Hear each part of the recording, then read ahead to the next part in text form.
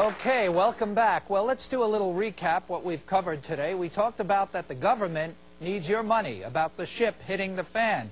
And then we also talked about having a plan for the second half of the game using the three biggest benefits in the tax code: the exemption for life insurance, the estate exemption, and the stretch IRA, that great parlay of wealth. Now we have to put it all together in a plan. You first have to take control of your money. And that's a big problem for a lot of people. What I'm talking about is people who are retired. Maybe you had money in a 401k and now you left your company, but you leave the money in the 401k. That's not taking control of your money. That's leaving your money in the old house. They're not going to watch it. You know, sometimes people come up to me at programs like this and they say, I have $850,000 in my 401k. It's all the money I'll ever have because I'm retiring. There won't be any more. So I better watch that money. And I say, yeah, you better watch that money. You have one chance to get this right. This is your life savings. It's the single biggest chunk of money you'll ever handle at one time for many of you. You have one chance to get this right and move it correctly. It's like an eggshell. It breaks, it's over. You may want to talk to an advisor at this point that has specialized knowledge in getting this money either to an IRA or looking at some other tax advantages. It's generally best to take control of your money.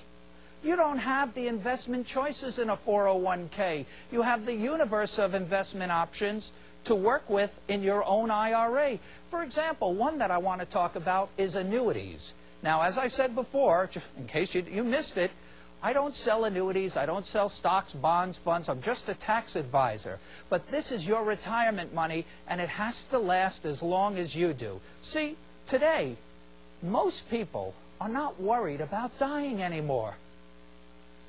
They're worried about living too long and running out of money.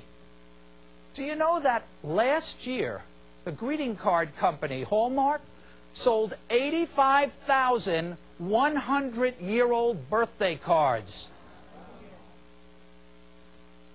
Do you have enough money to live that long? You don't want to run out of money, because what will you do if that happens? Here's a piece I saw a few years ago in this Kiplinger's magazine. I call it the centerfold for seniors. It's not that kind of centerfold. It's the magic words that people want to hear. Income forever. Those are the magic words. Even after all of this, most people, I wouldn't say they're happy with the government plan. They just may not realize there's another option, and they get the government plan. I don't want that to happen to you.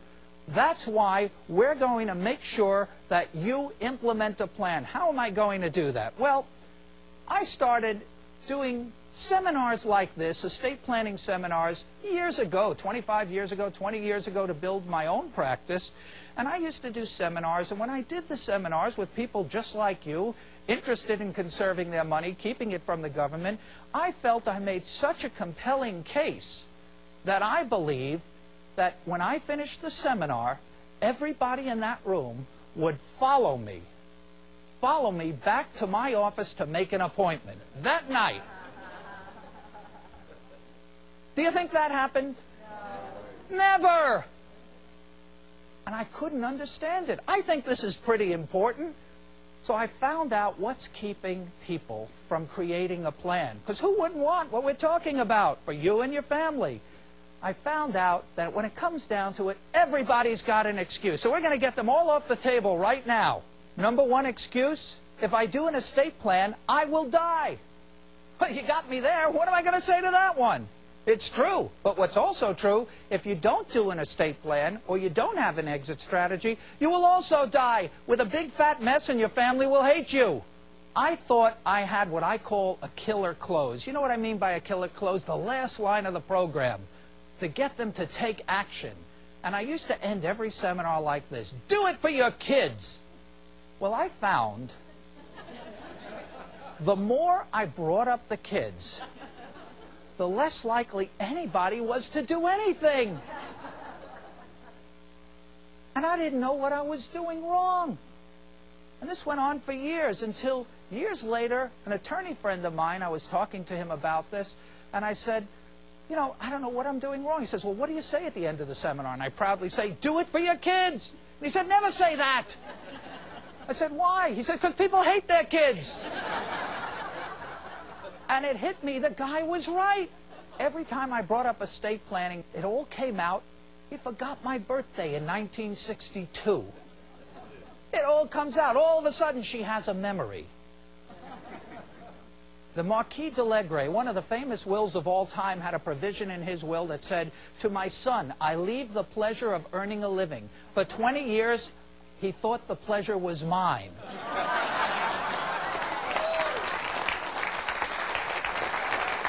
So see, obviously you all agree with him, so I know how you think. So I'm going to give you the secret to getting this done. Never say do it for the kids. The secret, do it for the grandchildren. Look at you, you see? It's a mush word. You say grandchildren, where do I sign? Even my meanest client says, of course I want to do it for the grandchildren. I'm not an animal. If you think about it, why do the grandchildren and the grandparents get along so well? They have a common enemy. The grandchildren are the bonus that you get for not killing your kids. So I know how you think. I hear this a lot. I don't want to do estate planning because after I'm dead, the kids won't visit me anyway. Where? In the cemetery? How would you know? But if that's keeping you from doing planning, I've got something for you. You want to make sure you get visited? In the headstone, we install an ATM machine. Guaranteed 5-10 visits a day. The place will be mobbed. You know, when I was a kid, if I didn't do something right away, my mother had this saying, what are you waiting for, a special occasion? You ever hear that one? Well, I'm saying the same thing to you. What are you waiting for? A special occasion? You ever go to a funeral? See the dead guy. What do they say about him? That's right. He looks good. If you notice, he's always the best-looking guy in the place. Why?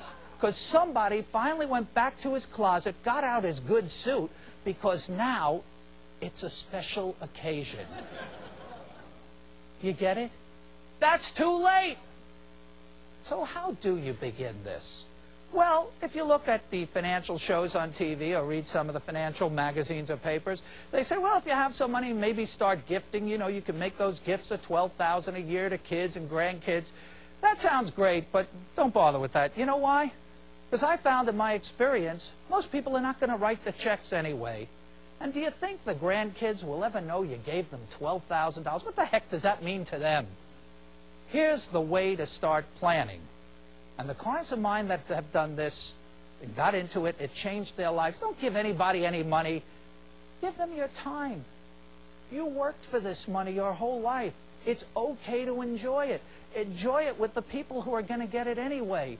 They're going to get it anyway. Wouldn't you love to be there with them, to enjoy it with them?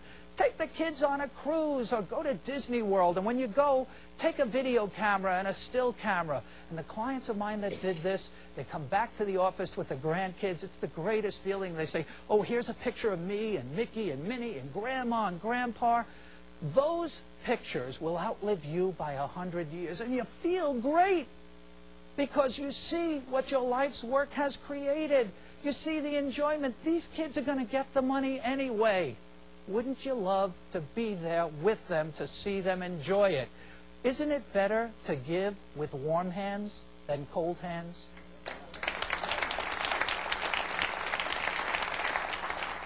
That's where it really begins, because you feel so good about yourself. You say, I want to open a college fund. I want to go on another trip. I want to enjoy my money. There's a lot to this. I know in my own situation, 5 years ago, my dad passed away. And I was the only one in the hospital with him when the doctor came in and said, you have 2 to 3 months to live. Well, the doctors were off by 2 to 3 months. He died 6 days later. But his first words upon hearing the news were, I've got no complaints. And you know why he said that? Because 5 years earlier, I had this talk with him. I told him to enjoy his money. He said, I always wanted to join a golf club. I said, Dad,